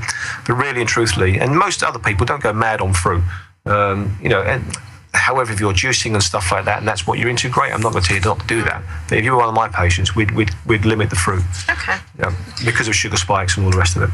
Lily Cat Baby is saying, I'm loving this man more every minute. Oh. Lots of people are agreeing, and lots of people are saying thank you. Back to the cloning again, yes. Lily Cat Baby says, gout. All of a sudden, I know 3 people of differing ages with gout. What's causing it? Well, there's a classic thing of, the kind of portly gentleman who's drinking alcohol and is the lord of the manor. Port. Very fine port, doesn't it? Well, blood sugar again. Control your blood sugar, and you go a long way to helping that. Right. There's a lot more, which is very grapeseed extract. There's all sorts of things that people generally take to reduce inflammation. There's a whole lot of biochemistry you can talk about, but I don't think we've got enough time for that. But I would suggest balanced blood sugar. Very, very important. And when you come down to it, there's very simple things you do with patients. If you do them, you can sort a lot of stuff out. Mm-hmm. Okay. Oh, Dee Oberman didn't say twice the size of her first meal. She said twice the size of her fist. What? Okay. Yeah. Sorry, okay. I misread. Yeah, portion size is, a piece of meat the size of your fist, maybe. There's all these kind of clever... Try not to, although, obsess on that, not suggesting she is. Mm-hmm. If you eat good, nutrient-dense food and have protein at every meal, and also have some good fat. Fat is very good for you. Don't think fat isn't good for you. Saturated fat is not the demon it's been made out to be. That's a whole other discussion, Have good, healthy fats. Coconut oil, virgin coconut oil, you can pour that on your food and take it down. It's absolutely lovely for you. Really, really good for you. Good for the brain. Good for people with dementia as well, because someone asked about balance the blood sugar. Have about 5 tablespoons of coconut oil a day if you've got dementia. 2 in the morning when you wake up, 3 spread throughout the rest of the day. And other stuff as well, which I haven't got time to get into. Ginkgo biloba, that's good. Gets the brain working. Gets helps oxygenate the brain. Feverview is another one. All the things they're trying to take off the shelves, which work. Yes. What do they call it? Substantive equivalent or something? Yeah. Is what they. Oh, forget it. Yeah. Vimpo-C. There's all clever stuff that people use, and lots of colleagues now do oxygen therapy. People exercise with oxygen therapy. That's really good. People need to get more oxygen. We don't have as much oxygen as we used to in the atmosphere. You need to exercise. You need to get oxygen to your brain. Brilliant. I've got one more. One more. I can't pronounce it again. It's the same word. What is the doctor's view on ayahuasca? Ayahuasca. As a health as a health/psychologically healing medicine. Ayurvedic medicine. Done it. Tell me that. Ayahuasca. It's that stuff David Icke took in South America. Oh, okay. Ayahuasca. That's it. Ayahuasca. Well, there's two sides of that. I'm trained quite heavily in yoga, not the one where you put your peg around your neck and you strangle yourself, but the one that comes from the Himalayas. Right. And they will have a very different view about what that does. Now, that's a little bit too exotic to maybe get into here. I don't want to frighten people before they go to bed. But I personally wouldn't take it for that reason, which I haven't told you because it's a bit scary. But hey, listen, whatever floats your boat. If I don't have any personal experience of using it from a biochemical point of view. But I think when it comes to spiritual experiences and stuff, I think you want to keep it clean and pure. Yeah. If you start using other things to get you in certain states, then you may be open to things you don't want to be open to. However, it's not my business what people do. That's it. I never tell people what to do. No, absolutely. Thank you. Anyway, there was one other topic we wanted to get to, which was very touchy subject of vaccinations. Oh, wow, yeah. Because what was written in the AV5 literature says, seeing as each year passes, our children are required to have more and more vaccinations. With all the controversy over side effects, is there a danger to them? And if so, is there an alternative? I mean, that was the question posed, basically. So, I mean, again, it's one of these things that people are very sensitive about. And certainly... We know all the controversy that followed the MMR and the fact that Andrew Wakefield was eventually found actually to be right about this, but nobody's heard that in the mainstream. So, I mean, with skirting around the edges of this, what are the alternatives to vaccination? Well, I mean, it's interesting. I mean, I was heavily grounded in immunology at King's College, and I was actually invited to do a PhD at the leading lab in Oxford, and be amongst probably the top five scientists in the world in this area. So I have some experience. I didn't take that up, by the way. I did a different. However, having said that, for me, with patients, I never tell them what to do. I always say, I'll give you some information, and then you go speak to your GP and you make your mind up. It's not our business, it's your business, it's your children. I am convinced of the literature that it is no good for you. I am convinced that it's causing lots and lots of problems. And I'm also convinced by the data that there are very safe alternatives, one of which is called homeoprophylaxis, which I showed a lot of data at the conference on, and we have data with 2.5 million people being administered by medical allopathic professionals, nurses, GPs, a big study in Cuba. And it absolutely flummoxed everyone involved in it because they thought it was going to be a damp squid. And it absolutely flattened a horrible disease. It's been done several times in Cuba and around the world. And I showed data for the last 200 years on it. And all it involves is taking a sugar pill. And the only side effect is you don't get a side effect. Right. And it works, you're up in the 95% range of how it works, which is as good as or better than any vaccine I've ever heard of. And I've got nothing against Big Pharma. They want to make vaccines and people want to take it, great.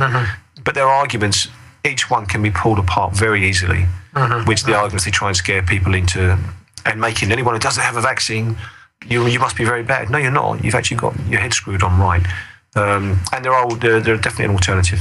That's my view, based on the data that I've seen. Someone can show me different data, I may change that mind. But I mean, this is the thing. It's always in every case that we're talking about here.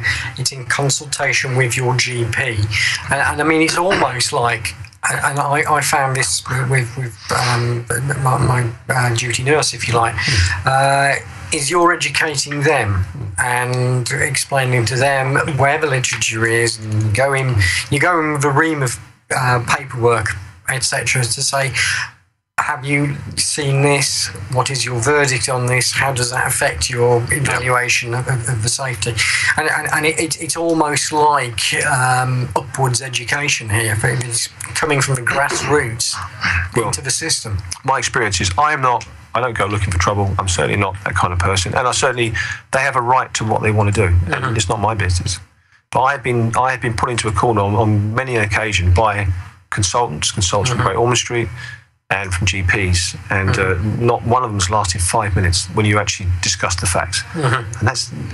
And which is great, because if you speak the truth. And trust me, I've tried to get out of the argument. I've tried to walk away from it, but I've not been allowed to. And unfortunately, I've had to, give it to them basically. Yeah. And you know, and I kid you not, now someone who's heading up a big children's hospital, which I won't say where, literally after 5 minutes said, I don't understand it. Really? And I've had that response many, many times. They're not really trained. They're not really trained. They are fantastic clinicians. They do great at what they do. But if they haven't got that information, it doesn't matter how clever you are, you know, you're living in a void. They need to have that information. They're intelligent people, doctors. You give them the right information and you'll see them change. But someone needs to show it to them. And that's the problem, getting them to see it. So, I mean, we've had some fairly sort of Doomwatch-esque material here saying we've got 7 years to sort this out.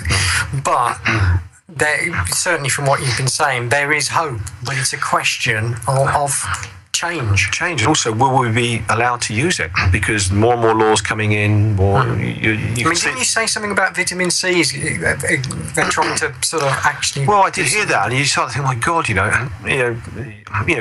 hear this to the point where you won't even be able to talk about it. It'll be an offence to talk about this stuff. My response to that is, well, fine. Well, then what have you got to put in its place? If you've got something, great. But I looked at the research, and I don't think they've got anything. They've not rolled anything out en masse and tried it. I mean, they've got ideas. They really don't have anything to deal with it. And our camp actually does have good stuff that deals with infection, and it's been doing it for many, many years. And people like us now starting to speak up and starting to train other doctors and starting to work with people so that they can stay alive. I mean, who wants to die from an ear infection? No. And that's going to be not everyone's going to die from an ear infection, but that will start happening. It's going to be that sort of standard of thing. Absolutely. If you haven't got, and also there'll be no doctors because half of them will be dropping down from infection, and no one's going to go near a hospital, for love nor money. Crazy stuff. It is crazy stuff. Yeah. Well, Dr. Graham Downing, thank you very much for joining us live and direct in the studio. As you said to us in one of the breaks, it's just flown. Don't know where that 2 hours has gone. Join us again next week, same time, 6 till 8 p.m. Friday, when our guest, fingers crossed, providing he can get a stable Skype connection wherever he is in the world, will be Patrick Henningsen. See you.